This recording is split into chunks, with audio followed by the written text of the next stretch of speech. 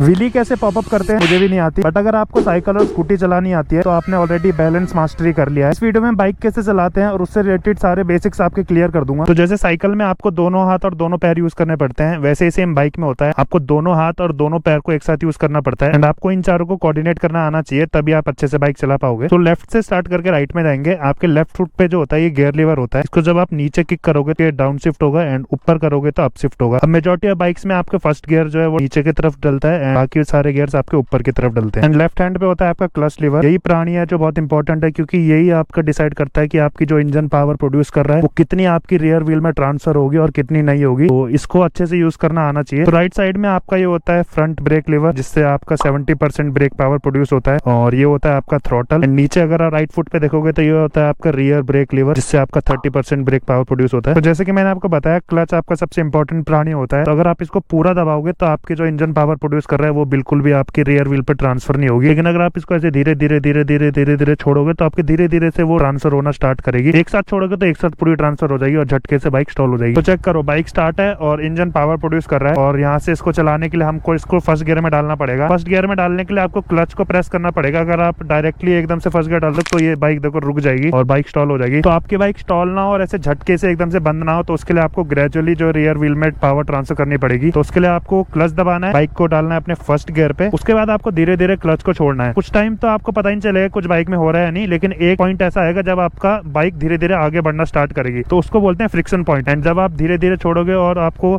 Accelerator नहीं देना, बिल्कुल बाइक धीरे धीरे छोड़ देना, और क्लच आपको एक टाइम पे पूरा ऐसे छोड़ देना है, तब आप फ्रिक्शन जोन में हो। अब आप धीरे धीरे एक्सेलेरेटर दे सकते हो। स्टार्टिंग में आपसे बाइक झटके लेगी और बंद भी होगी, बट टेंशन की कोई बात नहीं है, स्टार्टिंग में सबके साथ होता है। लेकिन धीरे धीरे जब आपका क्लच और थ्रॉटल कोऑर्डिनेशन बैठ जाएगा, आप परफेक्ट हो जाओगे। तो अभी बाइक फर्स्ट गियर पे है, बट आप हमेशा फर्स्ट गियर पे नहीं रह सकते। हर एक गियर की स्पीड लिमिट होती है। उस स्पीड लिमिट तक जब आपकी बाइक पहुंचती है तो आपको गियर चेंज करना पड़ता है। अब गियर चेंज कैसे करें, जैसे मैंने आपको बताया वही सेम टू सेम है जैसे आपने फर्स्ट गियर डाला था। क्लच दबाना है एंड गियर अप शिफ्ट करना है ऊपर की तरफ, ऐसे देखो गियर चेंज हो गया। एंड सेम टू सेम आपका डाउन शिफ्ट के लिए होता है। अगर आपको डाउन शिफ्ट करना है तो आपको क्लच प्रेस करना है एंड डाउन शिफ्ट करना है। तो ये अब आपकी वापस से फर्स्ट गियर पे आ। तो अब देखते हैं कि आपको ब्रेक्स कैसे यूज करने हैं। तो सबसे पहले अपना ब्रेक लीवर को प्रेस करना है, उसके बाद आपको क्लच दबाना है एंड अपना गियर अगर आप हाई गियर पे तो डाउन शिफ्ट करना है और स्लो कर देनी है बाइक, एंड आपकी रुक जाएगी। और क्लच नहीं छोड़ना, क्लच दबा के रखना है। एंड ऐसा नहीं है कि आपको हर वक्त ब्रेक यूज करने के बाद क्लच दबाना है। जब तक आपके सामने कोई स्पीड ब्रेकर या फिर आपको ज्यादा स्लो डाउन नहीं करना, तो तब तक आप क्लच यूज नहीं करोगे तो वो भी चलेगा।